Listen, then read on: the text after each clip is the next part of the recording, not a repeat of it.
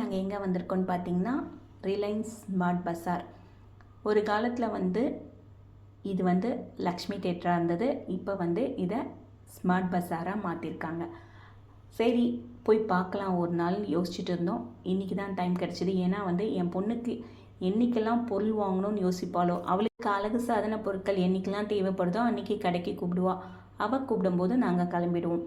அதுக்கப்புறம் பார்த்திங்கன்னா அவளுக்கு தேவையான பொருள் இங்கே எதுவுமே கிடைக்கல. ஏன்னா ரேவதியில் தான் அவளுக்கு தேவையான பொருள்லாம் கிடைக்கும். இங்கேனா அந்த மாதிரி ப்ராடக்ட் இங்கே சரியாக கிடைக்கல.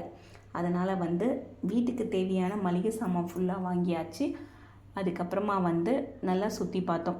நல்லா காலியாக இருந்துச்சு, கூட்டமே இல்லை. ஆரம்பத்தில் பயங்கர கூட்டமாக இருந்தது. இன்றைக்கி ரொம்ப காலியாக இருந்துச்சு. காலத்தில் ரெடில்ஸை குக்கிராமம், நாரவாரி குப்பம் அப்படின்லாம் சொல்லிட்டு இருந்தாங்கங்க. ஆனால் இன்னைக்கு ரெடில்ஸை பார்த்திங்கன்னா அவ்வளோ டெவலப் ஆகிருக்கு.